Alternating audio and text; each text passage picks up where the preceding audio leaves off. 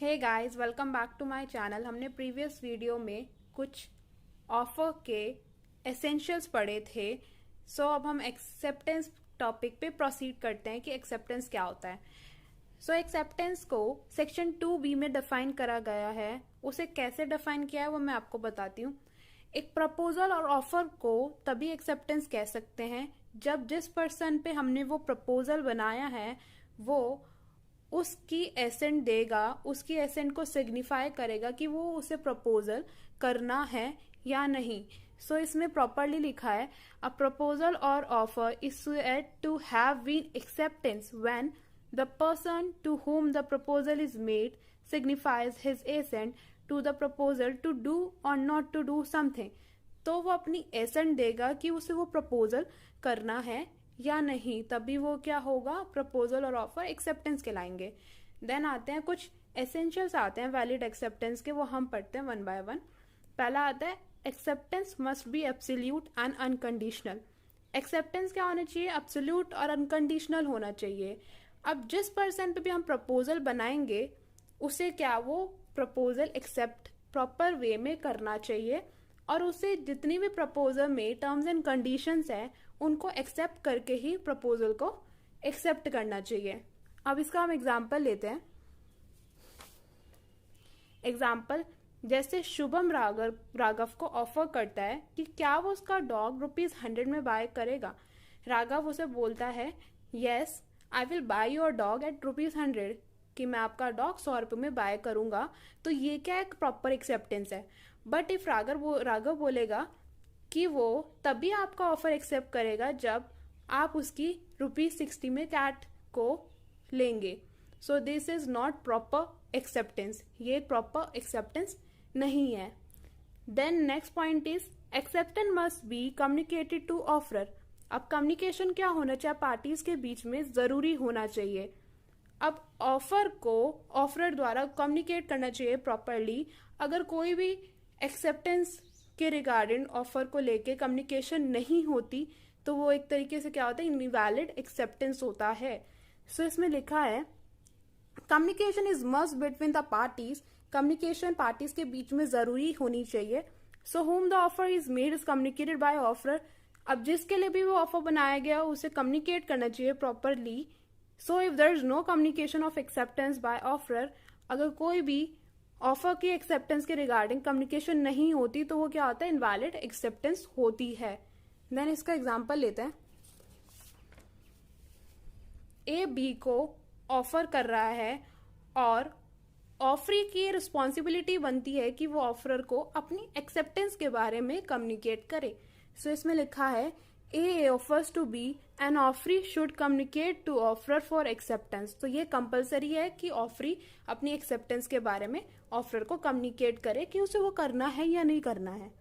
Then third, acceptance must be made within a reasonable time. Acceptance को reasonable time में बनाना चाहिए।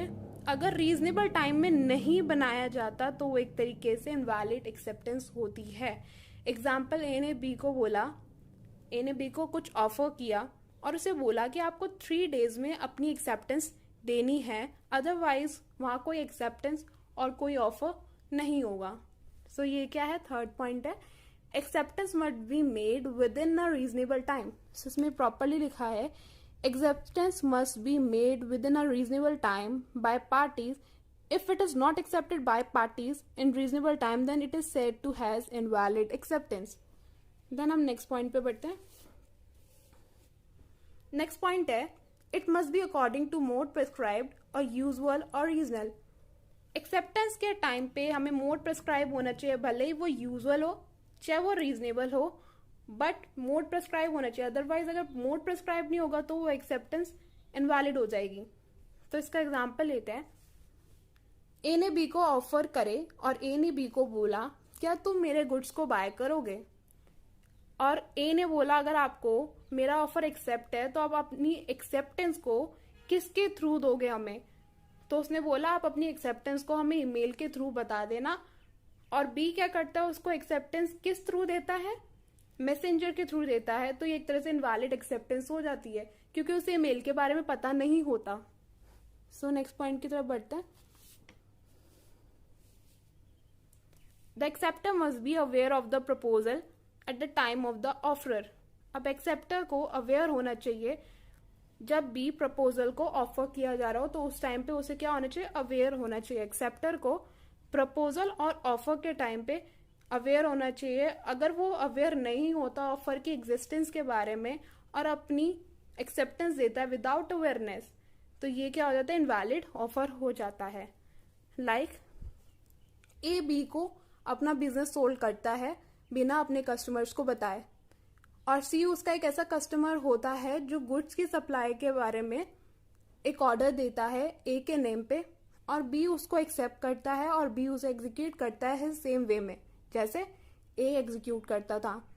तो सी अब पेमेंट करने से रिफ्यूज कर देता है बिकॉज सी का बी के साथ कोई कॉन्ट्रैक्ट नहीं होता और सी ने बी को कुछ ऑफर ही नहीं किया होता, तो वो अब लाइबल नहीं होता वो पेमेंट करने के लिए। सो मैं आपको इसके बारे में बताती हूँ, पढ़ के बताती हूँ क्या क्या लिखा है। Acceptor must be aware at the time of proposal और offer. If they are not aware of the existence of offer and making acceptance without awareness, then it is said to be as invalid offer. Example पढ़ के देखते हैं इसका क्या लिखा है। ए ने बी को बिजनेस सॉल्व करा अपना, और वो भी बिना कस्टमर को डिस्क्लोज किए बिना। सो सी उसका एक ऐसा कस्टमर था जिसका उसके पास ए के पास अपना अकाउंट था। सो वो ऑर्डर करता है गुड्स की सप्लाई के बारे में किसके नेम पे, बी के नेम पे, और बी उसे रिसीव करता है ऑर्डर को और उसे सेम वे में एग्जीक्यूट करता है, और सी रिफ्यूज कर देता है उसे प्राइस पे करने के लिए क्योंकि उसका बी के साथ ना तो कोई कॉन्ट्रैक्ट होता है ना उसने बी को ऑफर किया होता है, और सी इसलिए उसे वो प्राइस पे करने के लिए भी बी को लायबल नहीं होता। देन नेक्स्ट पॉइंट पढ़ते हैं। Acceptance must be given before offer lapses और before the offer is revoked. जब भी हमें तभी एक्सेप्टेंस बनानी चाहिए जब ऑफर क्या होना चाहिए, हमारा फोर्स में होना चाहिए, और जब ऑफर हमारा रिवोक और लैप्स नहीं हुआ होता तभी हमें क्या बनानी चाहिए, एक्सेप्टेंस बनानी चाहिए। तो उसमें लिखा है it means that acceptance must be made while the offer in force, that is before the offer has been revoked और ऑफर हैज बीन लैप्स्ड। तो हमें एक्सेप्टेंस तभी बनानी चाहिए जब ऑफर फोर्स में हो। The next point is acceptance must not be imply from silence. Acceptance को कभी भी साइलेंस से नहीं जाना चाहता, तो silence can not be acceptance any more. कभी भी साइलेंस एक्सेप्टेंस नहीं होता।